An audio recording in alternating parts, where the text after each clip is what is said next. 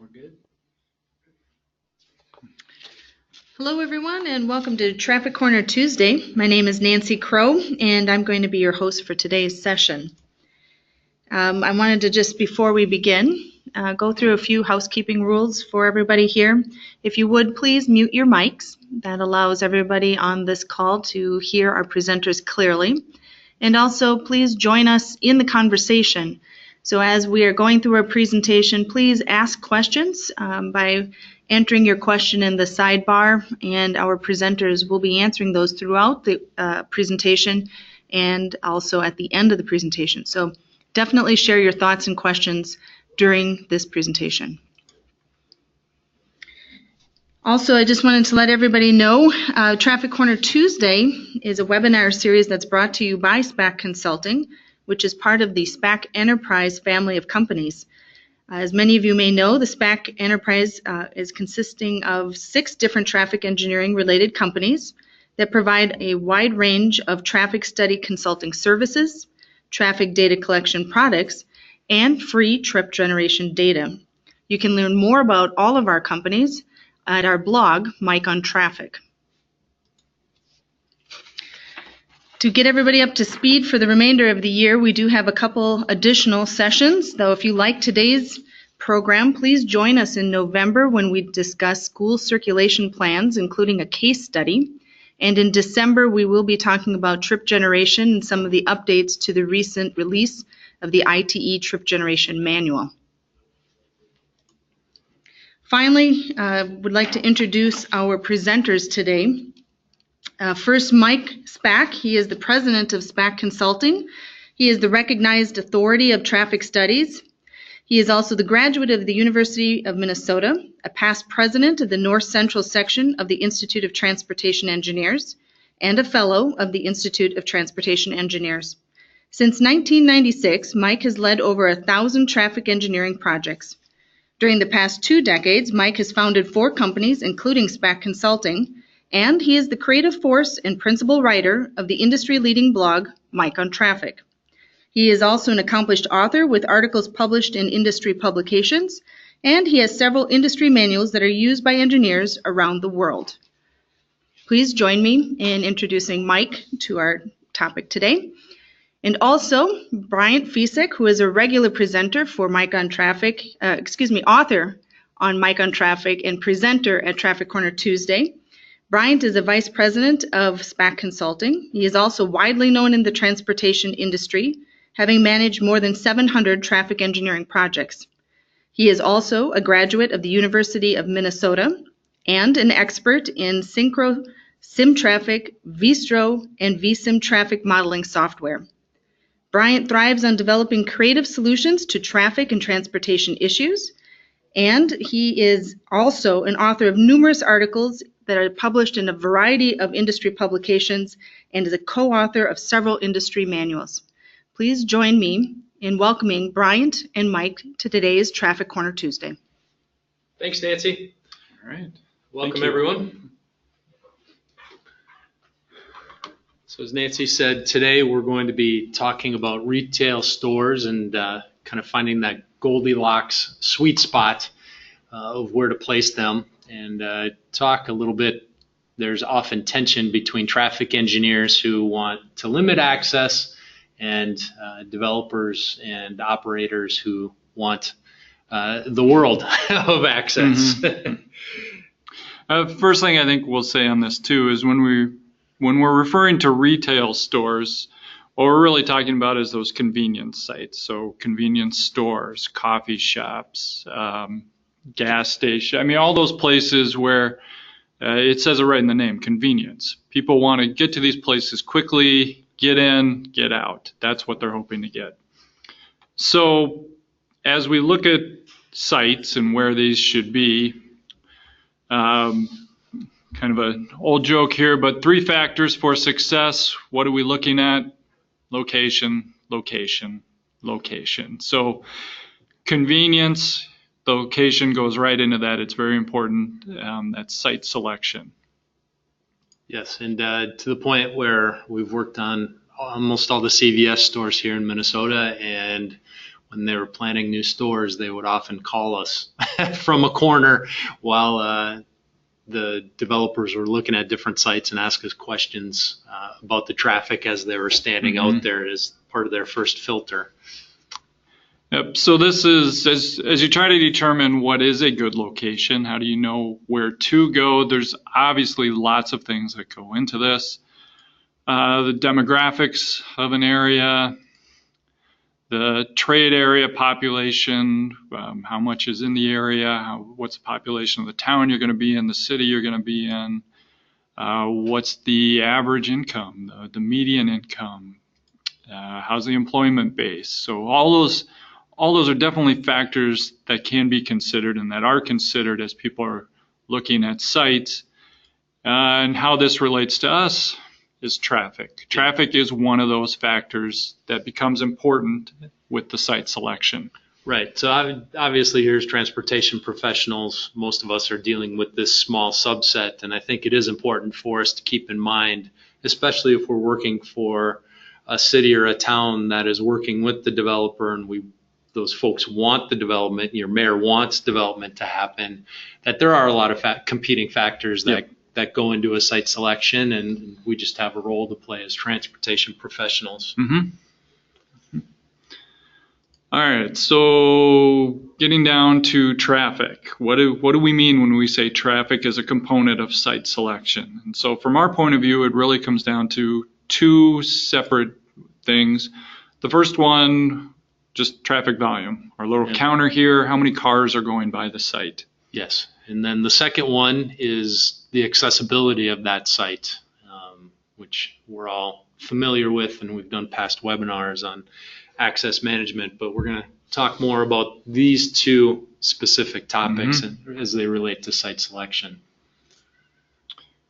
All right, so first, let's hit volume. And what we're showing on the screen here is pass-by traffic, and this becomes a very important part of it. And just to step back and go definition-wise, this is what this graphic is showing. You can see with the dashed line, it goes straight from the office to the home. That's what we would call a primary trip, and one that everybody's doing right now. The solid line in this one, you can see it gets broken up with a stop to the shopping center and then continue on the way to the home. So when we're talking pass by, that is the definition of it, is somebody who's already on the road today. They're going by for another purpose, like this office to home trip. But now when this development comes in, they're going to include that in the future. They're going to include that stop in the future. Yeah, so they are already on the road, part of the existing traffic counts. They just get diverted into the site, even though the word diverted could mean something else. But basically, they're popping into Walgreens or CVS to pick up their pharmacy on the way home, now that we've conveniently put the Walgreens or CVS on their way home. Yep. All right, so the new manual came out, 10th edition here, and they do have a lot of descriptions in there of pass by. They give the definition, obviously, but then there are studies that they include to look at what that pass by percentage is of the total traffic.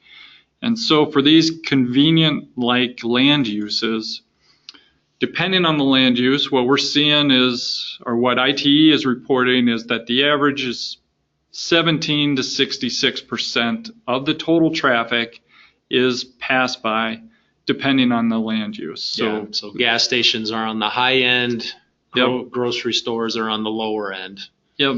So, and if you think of your trip, if you think of just when you fill your car up, it's at least true for me that I very rarely make a direct route to a gas station. I don't pick a gas station out. It's just on my way to or from work or to the grocery store. I'm doing something else, and then I stop at the gas station. So right there is, I'm a definition of pass by for that. You're not sitting home at 8 o'clock at night and saying, oh shoot, I need gas in the car. I better run out, do that, and then go back home. Right. So, and then like Mike said, gas stations too, that's a high percentage. I think the manual puts it at like 56% of the total traffic. So if we move past, and let's give a little example here. This is rough math, so don't hold us exactly to the numbers. But if we look at just a service station, gas station, assume the size 3,300 feet. So this would be IT, land use 944. If we take the weekday raw trip generation, that rate is about 1,200 times the building size.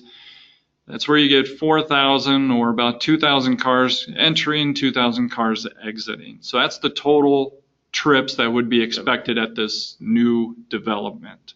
Right.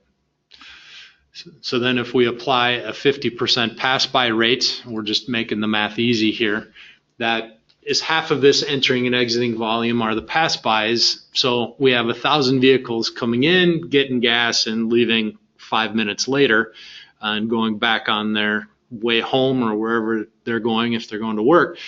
So the important piece here is you have 2,000 trips. So what kind of road is this on? Early in my career, I was doing a traffic study out in a rural town with a population of a couple thousand people, and the pass-by rates for a gas station here, we say 1,000 people are going to come in and then go out, and that gas station located in the heart of town, not on a freeway, are we saying half of the population of the town is going to come in every day to get gas? Every day.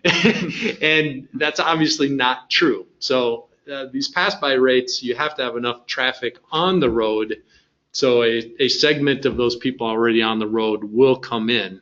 You can't predict everyone on the road is going to come in. Yeah, and that's where, as we start looking at getting back to the topic here, what's that sweet spot? So this is how we look at what amount of traffic do we need on the road to fulfill that pass-by percentage in this case. So if we're looking at roughly 1,000 for an average size store, 1,000 drivers we need, we know it's not half, we know it's not zero.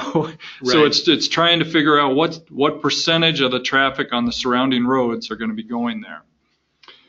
So what we reasonably came to was kind of the maximum we can see, and this is not based on data we've collected. We've scratched our heads trying to come up with how do we isolate all the variables to get at this data, and we haven't figured out how to practically do it.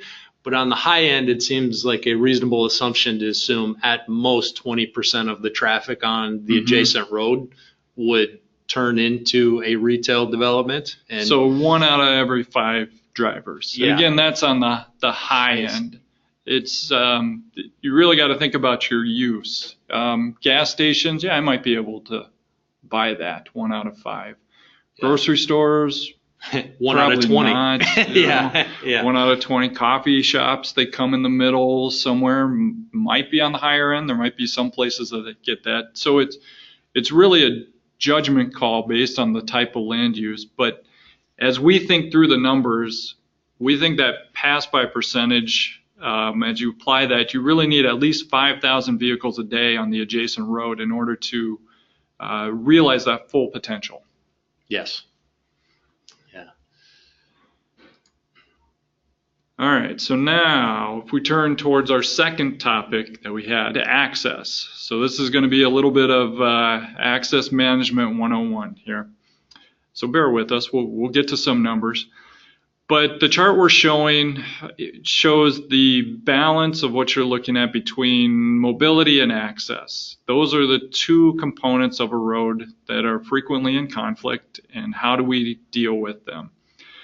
The roads we have listed on there, you can see the freeways all the way through down to local streets. So freeways, the priority is on mobility and access is limited. Local streets, it's reversed. The priority is on access. And then at collectors, we're balancing the mobility and the access. Yep. So this is, like we said, kind of access management 101, and this is what agencies are looking at. How do they maintain that? What is the proper balance, and how do they maintain that for the roadway system? So just as an example, This is obviously a picture of the freeway system. This is going right into downtown Minneapolis, but you can see divided roads, no access in this particular picture. So the freeway again is on that top end where mobility is the most important.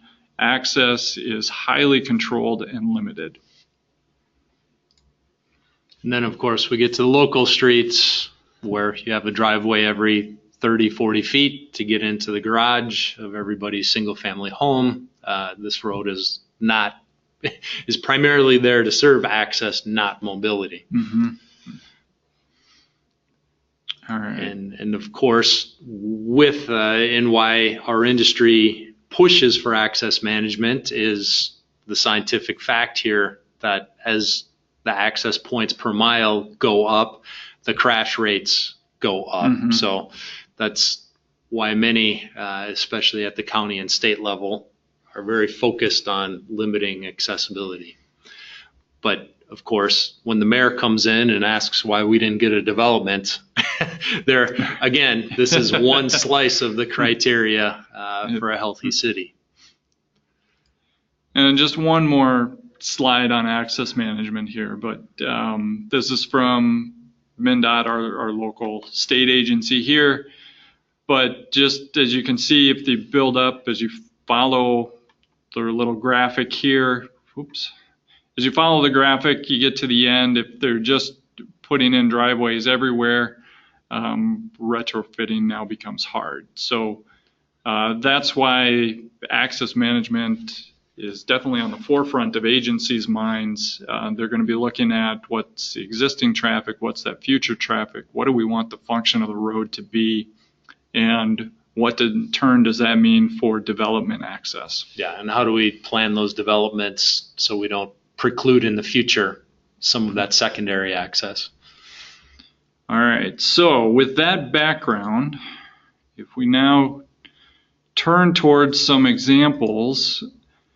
So in this picture, focused on the gas station there in the corner, you can see the roads around it, 4-lane divided roadways. It's got the signalized intersection there, multiple left turn lanes on every direction, right turn lanes on every direction. Both of these surrounding roads, very high volume. And you can see accordingly, the agency has come in, they've got the medians in there. Access to this gas station is limited. It's right in, right out on each side. So they've come in and they've forced that access management and said you no longer have full access at these two locations. Yes, and it's hard to know. I've seen many battles of an existing gas station on a corner like this, and as the area develops and those road improvement projects come in, as we'll see in the next case study, you can end up with a lot of driveways and too close to the intersection. But this is set up, likely was not a retrofit. This store was likely put in after those were divided roadways. You can see, just my hunch is the property boundaries, those driveways are pushed as far away from the major intersection as possible. Yep. Yeah, that all lines up towards, if the medians weren't there when this development went in, they were at least planned and they were thinking about access management. So again, if you think about the surrounding roads, then these are high volume roads. So as we start again, going back to the topic, trying to get to that Goldilocks zone, these are high volumes. The higher the volume on the road, that leads to the more chances that an agency will come in and do something like this to limit that access. So there's two ways of thinking about this from the operator standpoint. The developer standpoint is basically they're getting access to half of the traffic volume on the north-south road and the east-west road. Mm-hmm. So that needs to be a much busier situation for them to accept a right in, right out. Yep. They want to know what's the accessibility of the vehicles that can turn in and out of their site. Mm-hmm. All right, so going to our second one here, another gas station on a corner. You can see in this one, there are 4 access driveways to it, and they are all full access. Still a signalized intersection there, but they are 2-lane roads, undivided, turn lanes at the intersection, but you can see that this one has full access, 4 full access driveways going to it. Yeah. So, and this gas station's probably been there a long time. Otherwise, it would likely only have 1 driveway on each road. We certainly wouldn't recommend 2 driveways on each road like this. Right. This is not current best practices. Yep. But this also then lends to the volumes on the surrounding roads are not as high as the other one. Obviously, there's not as many lanes. It's not serving as much traffic.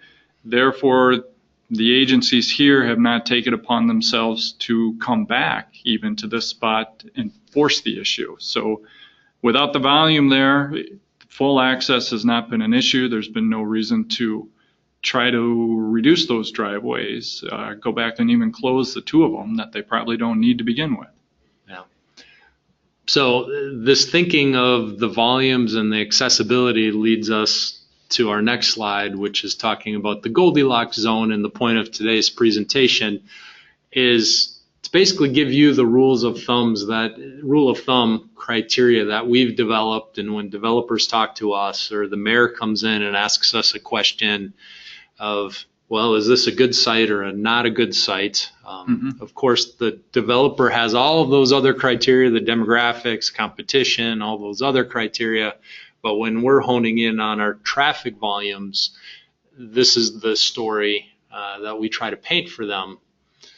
Yeah, so just going through the quick bullets here, like we talked about for pass-by opportunities, about that 5,000 vehicles per day. You want at least that so you maximize your pass-by opportunities. Once you get up to 15,000 for full access driveways, and even at 10,000, you might have a battle. You have to prove that you need it, prove that it's safe. But once you get to 15 existing or projected, that's generally when an agency is really going to look at that and say, I don't know about full access here. Right. And so that's kind of the zone where that roadway is probably going to be upgraded to a divided road. Kind of the 20,000 vehicles a day, rough rule of thumb of a 3-lane road undivided. So this is, once we're into the over 15,000, we tell our clients, if they're on the development side or the city side, if you're getting into 15,000, maybe you'll get a full access driveway today where people can turn in and out left and make a left turn movement. But assume one day in the future, a median's going to go in on that road and you're going to be restricted to a right in, right out access. And we always try to push the driveways as far away from the intersection as we can to limit that weaving. People coming out of the site and then having to make a left turn and cross over a right turn lane and the dual left turn lanes. And then once you're over 30,000 cars a day, even that right out can become problematic with that weaving maneuver. It's just too busy of a road. Yeah, let me step back a couple. We can show that here. So what Mike is talking about, this movement coming out, right turn out, if they're trying to take a left on this road, they're cutting across 3, maybe 4 lanes to get there and make that left turn. That's a very short distance to cross that many lanes. Yeah, and that's probably working on this road as long as there's 15 to 20,000 vehicles a day on it, a couple thousand vehicles in the peak hour. But then if we're starting to get over that 30, 40,000 cars a day and we're seeing 3,000, 4,000 cars per hour on that leg in the peak hour, that queue is backing up and blocking those maneuvers, and that can present the safety problem. And that's when we would let our client know that you may be even restricted down to right in only, or even no access if that right turn movement were really heavy. Although we would be proponents, if that right turn volume is really heavy, that we consider a free right turn lane, a pork chop island, to let that movement flow and to then keep that queue to a more reasonable distance. So we're back to our guidelines here, the different rules of thumb that we use, but it's also important to keep in mind that these are just guidelines. These are just some rough numbers when we're talking initially, when we're talking concepts. These are things we think about, we bring out. There's obviously lots of other factors that go into it. Your sight distance can be one of them. What's the traffic control at the nearest intersections?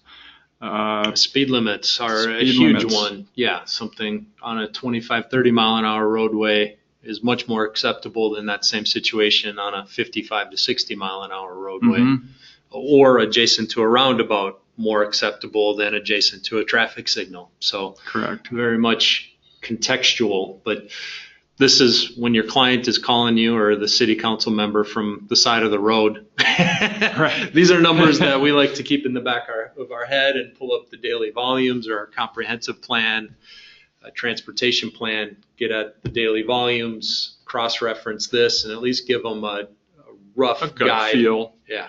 What do we think about this site? Well, here's some initial thoughts we can have on it, and then when it starts to form into more of a proposal, more of a proposed development, then we can dive into the numbers more carefully and dive into those other factors. All right, so coming to the end here, I'll just point out that this presentation is based on an article that we wrote for Convenience Store Decisions. We've got a link there, but it's their September 2017 issue. We wrote this up, so if you wanted to read more about it or reference it later, that's always available for people to go look at online. And then kind of a closing thought that we had in the article as well as here is just bringing the traffic engineer in early. So we try to condition our clients to this and let them know, hey, we're available for questions beforehand. Don't feel like you have to have everything solved before you bring it to us for a proposal. Let us help you with the concept, and we can point out red flags from the traffic standpoint. Right. We'd much rather have that 5-minute conversation and let them know, do they have a green light, do they have a red light, or is it somewhere in the middle on them getting the access they think they want? Yep. And versus them spending $50,000 drawing up plans and then finding out bad news. Right. And there may be reasons, we've been in cases too where they really want to fight for something, and we'll evaluate it and see if we can make a case for them. Sometimes we can, sometimes we can't. But it's important, at least we feel it's important, to let our clients know when we know there's going to be an issue, that an access is going to be scrutinized. Yeah. So with that, any questions, thoughts from you related to this topic? And as we do that, looking for questions, not seeing any yet, but we'll let you know our next topic here is after Thanksgiving. At the last webinar, we mentioned it would be November 21st, but we realized that was Thanksgiving week.